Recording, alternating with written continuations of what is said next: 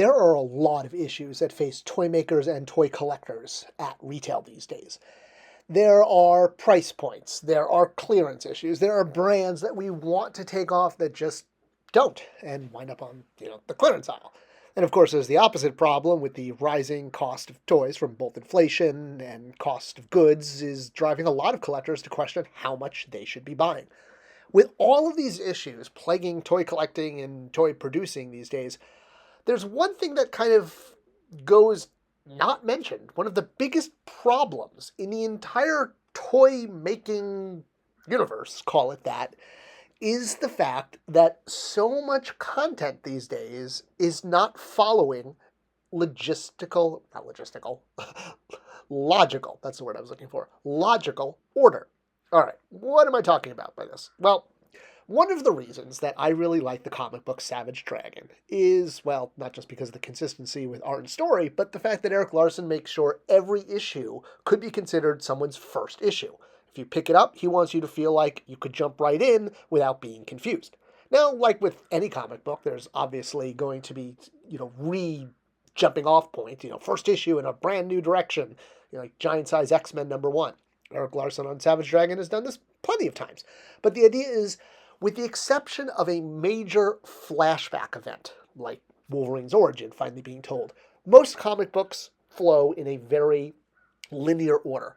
And, like I said, there's a very deliberate attempt to make it no matter which story you jump in on, you can pick up the entire universe. The problem with the toy aisle and content that feeds into the toy aisle is they've kind of lost this basic premise that has worked for decades of continuity being in continuity order, or rather, actually having a flow. And this has led to so much confusion, not for fans and the consumer, but more so for the retailers. So stocking retail is not as easy as it sounds. In fact, the entire reason that packaging is designed for retail is to help stock people, stock boys, stock girls, whatever you want to say, the people who put the toys on the shelf, they use the packaging in order to line it up on the planogram. That's why packaging is created, to ease that difficulty in just where to hang it. Now, take this and combine it with the logic of storytelling. We're all used to this, right? That issue 1 leads all the way up to issue 300, and you should be able to read those straight in order, right? Makes sense. That's why comic books are numbered. I remember in the 90s, Todd McFarlane released a whole bunch of issues of Spawn totally out of order, and even made a joke about it, saying that Todd can't count. Well, this is when Spawn sales started to drop off for the first time, because people don't want to read stories out of order. They want to feel a sense of continuity. This goes all the way back to caveman days. And a lot of content that feeds into the toy aisle is getting more and more confusing. When I was working on Star Wars at Jakks Pacific, I came in kind of in the middle of Force Awakens and prepped for Rogue One. And I cannot tell you, the most difficult part of selling in Rogue One to retail was explaining to them that this was not a sequel to Star Wars The Force Awakens.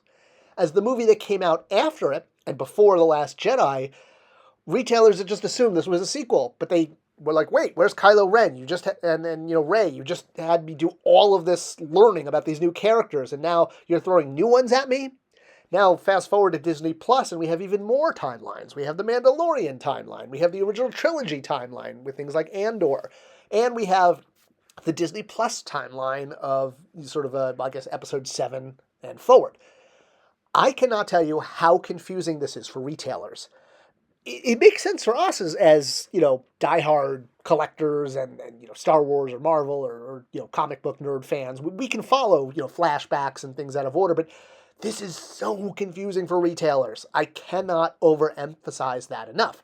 And releasing content out of order, where you're either flashbacking or, just telling an older story. Again, compare Andor to Ahsoka, two Disney Plus shows that take place in two completely different time periods.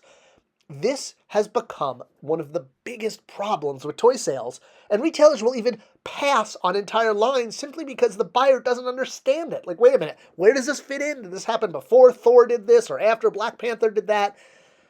The detrimental factor that not putting out content in a linear timeline has on toy sales cannot be overstated.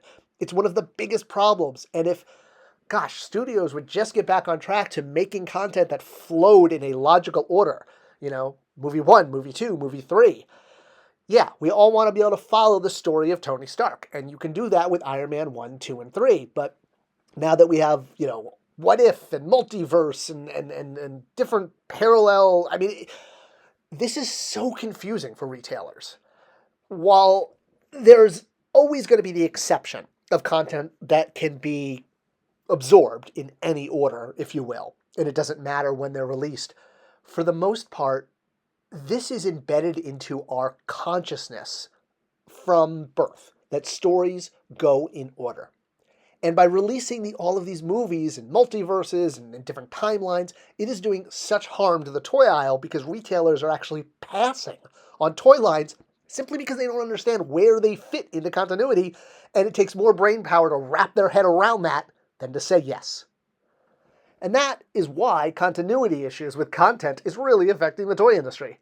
What do you guys think? Have you seen examples of this? Let me know in the comments below. I really appreciate everything everyone has to say.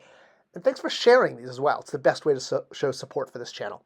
Thanks for watching. I'll see you next time.